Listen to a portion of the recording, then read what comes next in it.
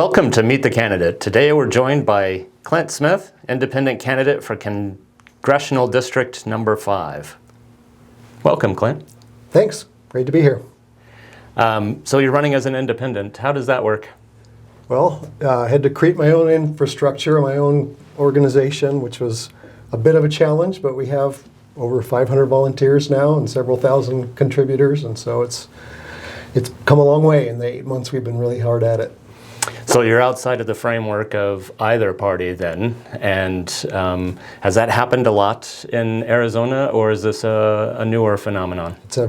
It's a very new phenomenon. This is historic, actually. There has never actually been that we could find a candidate on a federal ballot in Arizona that's an independent. And part of the reason is you have to get 3 times as many signatures to get on the ballot as a Republican or a Democrat does. And we did it. We got 8,000 signatures, and if you're a Republican or a Democrat, you need less than 2,000. Wow. Yeah. So you really had to get out there and canvass. We had to get people, and we got a whole army going, and it's grown since then, yeah. So why are you running for Congress, and why as an independent? Well, first of all, I'm running for Congress because our congressman doesn't represent the interests of myself and my people that I know, and honestly, I believe the interests of the constituents that live in this East Valley. That all came to a head on January 6th, 2021 for me. I had heard and knew that our congressman was involved in some aspect of that in some way, not really clear at that point, but since learned that it's more than I thought. And that was a bridge too far for me. I had had my differences with the Republican Party for many years. I came from the Republican Party, but I departed at various points in my life, and we'll come back to that. But I'm running for Congress because we need to have somebody who represents the actual interests of the people who live here. And that mostly, turns out, are people who are in the middle that say, I'm not real happy with either side of the political spectrum, and I want to have somebody who represents me in the center, and let's try to get stuff done instead of just arguing and calling each other names and the like. The polarization has been a real problem. Today, September 19th, is the anniversary of George Washington's farewell address, and he warned against the whole idea of 2 political parties and the dangers that there might be, and boy, are we seeing it today. So I'm running because I have kind of unique qualifications. I came from the Republican Party. I do have conservative roots. I think small government is the way to go. Local government is the way to go. But I also have lots of differences in other ways, and we'll, I'm sure, get into some of the specific topics. But I registered as an independent basically 4th of July last year, 2021, and did some polling that showed us that an independent could put this coalition together of independents, Democrats, and Republicans who want to see things done and prevail in this election. So that's where we're going. And I guess some people might have the question, so are you closer to being a Democrat or a Republican, as they still try and divide us up into 2 parties, right? So why not be a Democrat if you're not a Republican? Right, so you resist. I really do strongly believe that we need to resist that urge to just identify with one of those poles, because honestly, there are things of both parties that I agree with, and that's what I find lots of the people that I talk to also feel. So just a couple of topics that are appealing to Democrats are rational gun reform, immigration reform, keeping the government out of the relationship between a patient, a female patient especially, and her doctor, things like that. But I don't agree that the government is the solution to all problems. And so I don't think I fit in the Democrat mold, and I certainly don't fit in what the current Republican Party looks like. Well, and talking a little bit about that, what will you do differently in Congress than what our current representative does? A lot. I will start with, there is a caucus in Washington, D.C. called the Problem Solvers. And it has equal numbers of Republicans and Democrats because that's all there is. There are no independents yet. And so they have equal numbers, and you have to, if a Republican wants to join, then there has to be a Democrat join too. And their thing is, let's identify common ground issues where we can get together and actually work on solving the problem. So that's the place I would start. I think there's 46, last I looked, members of that caucus. And so you start with those people who are already inclined to working out problems and also have connections to people that are in Congress, and so I would find ways to coalesce, get those people motivated, and then we would all go maybe have one-on-one conversations with lots of people. But that's where I would start, and I would not be labeling the other party, the enemy. Our congressman literally says all Democrats hate our country. And I don't understand how, and there's a lot of Democrats in our district who I think would take up issue with that. So that kind of attitude just doesn't get us anywhere. We want to be able to talk through the problems and work out for solutions. One thing that we didn't dive too far into was your background. So what do you do by trade, and how did you get involved with politics?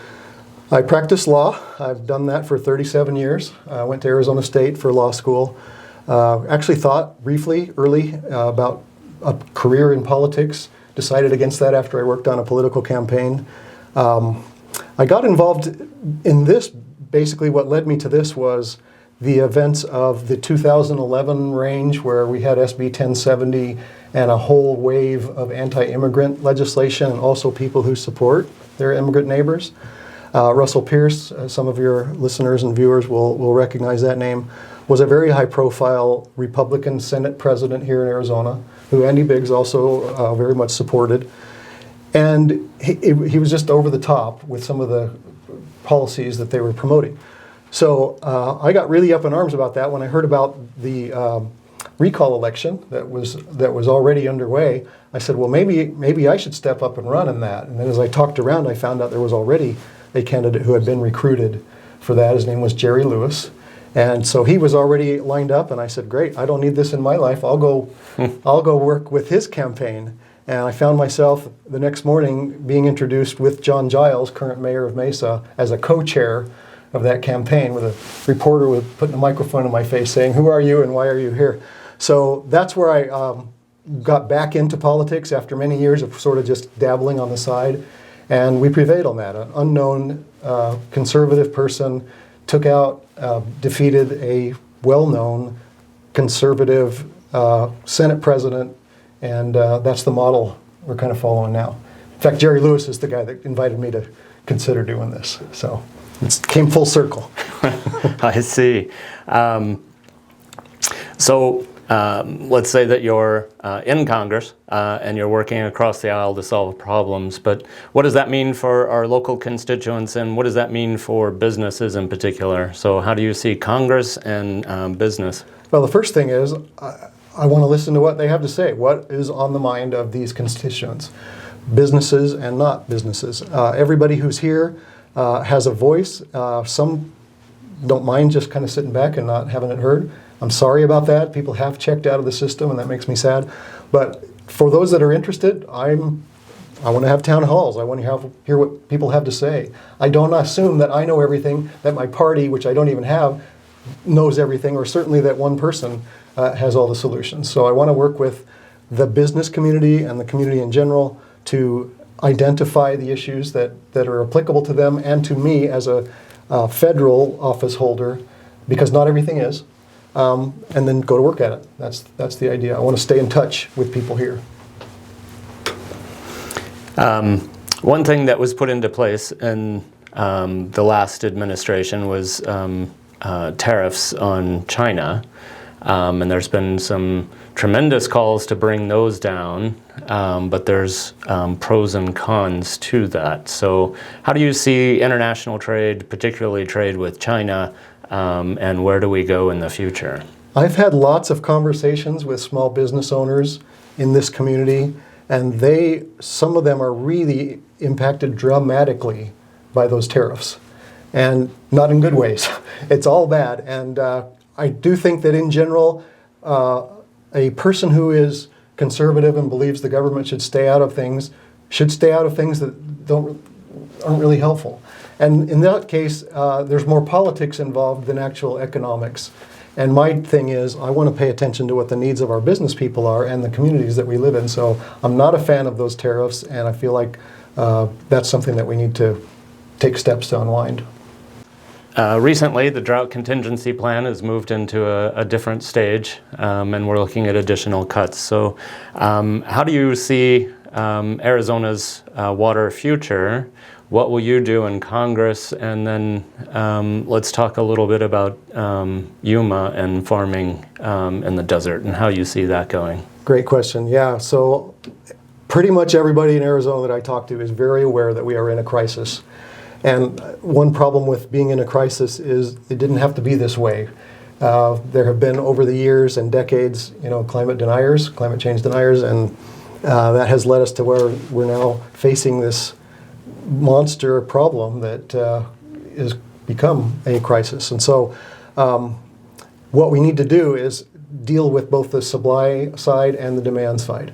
So on the supply side, as you referred to, the idea was, before they did this ruling a few weeks ago, the idea was that the states and the interested parties would come together and propose a plan, and here's what we think we'd like to do. That's always the best way. I've practiced law for 37 years. If you come to a judge and you say, we've settled this and here's all the issues, that makes it really simple. If you don't do that, and some bureaucrat in this case has to, or a committee of bureaucrats perhaps, has to make the decision for you, that's not the ideal. So the key here is talking to people, talking things out. As I mentioned, my strategy in working problems is not to assume that I know everything. And that is a very big difference from our current congressman, who thinks either he or his party know everything. And so the idea would be to bring parties together, lots of interested parties, governmental, non-governmental, the different states, the different levels within the states, and have at least within the state, have a team that goes forward with an idea on how they're going to do that. So there are some really good ideas. There's some kind of honestly wacky ideas on how to how to provide enough water. But for the desal issue, that's going forward. That is actual technology that is in place. The desalination of ocean water. Of ocean water, yeah. That's a really great thing, and I'm sure the technology will improve on that, because everything always does, right? So there's that, and then you mentioned farmland. There's some really inequitable things that happen with farmland, where if you happen to be a farmer right near the river, you get a really smoking deal on how much your water costs. And if you could find a way to get some of that water here and make it an equitable playing field, that would change everything. It would honestly change everything. And so people need to get together and figure out how to solve those kinds of issues. And it doesn't happen by calling each other names. And that's how I would approach this, to get our team on the same page, and then work with others and say, let's get it resolved together. And do you think it's possible that Arizona and Yuma in particular remain the greens capital, the winter greens capital of the country? So there's definitely an issue about that, and apparently that is a big demand, and I get that. I do think we need to be wise about what crops we grow here. If we're in a crisis, I don't know that it would be a food crisis in that case if you diverted some of that water, but if we could find ways that crops that we're growing were the ones that aren't quite so thirsty, that would matter. And so somebody, it needs to be taken a look at with those kinds of issues. And too often agricultural players basically hold a lot of the cards. And honestly, I get it. Sometimes they don't hold any cards and they feel abused. So it needs to be an even playing field. But yeah, I don't see major changes on that, but possibly a different kind of crop might be grown. And I certainly don't think that you should become a millionaire by letting your crop land lie fallow. That's been happening too, and that's crazy to me. I don't know. Well, and that gets us into some of the government programs out there. So how do you see some of these enlarged programs from the federal level and then resulting taxes that go along with that? So are you looking to perhaps expand some of the government agencies, or do you see shrinking of the government agencies? Where are you at? Well, that's a very broad question. In general, I'm not a big fan of government agencies and having them have a huge role. But I do think that there are places for the government to intervene if needed. So that would remain to be seen on an individual case basis. But as a general principle, I'm a small government guy and also a local government guy. So in my conservative heart, I want to see the best government be the local government. And then if the feds need to be involved somehow because parties aren't playing well together or whatever, or it involves multiple states, those kinds of issues, then we got to do whatever it takes to get those parties together and work it out. What are some of the other areas that you were looking forward to touching on that we may not have talked about directly? Yeah, so I've mentioned immigration. That is a big deal to me. I feel like comprehensive immigration reform is needed, not just to secure the border. We, of course, need to have a secure border. We can't just open it up. But we need to have a system that allows for people who are qualified to be here to be able to get here. And people who are already here, maybe to have a path to receive some of the benefits of, if not citizenship, maybe residency or work permits or whatever. So we don't have this broken sort of two layers of citizenry, and that's a big problem. So that's something I want to tackle head on. That's a big deal to me. We've talked a lot in not too distant past now about gun reform. Most Republicans, for instance, are unwilling to consider any kind of limitation on guns, but fortunately, a few of them broke through and had a bit of a start with some gun policy that was passed recently in our Congress. So I support that. I do think there are other things that could be done. I think there's certain kinds of weapons that should not be generally available, and certainly not to 18-year-olds. I do think red flag laws make sense, that people should be able to report somebody else whose behavior is over the top and maybe a little concerning, and that's no different than pulling over somebody who's weaving on the highway than saying, let's find out what's going on here. So red flag laws are a big deal and could solve a lot of the concerns that we have with the safety. Parents are worried about sending their kids to school, right? And then just having effective background checks, I think, is a big deal on guns. I do think we should respect the rights of our LGBTQ neighbors.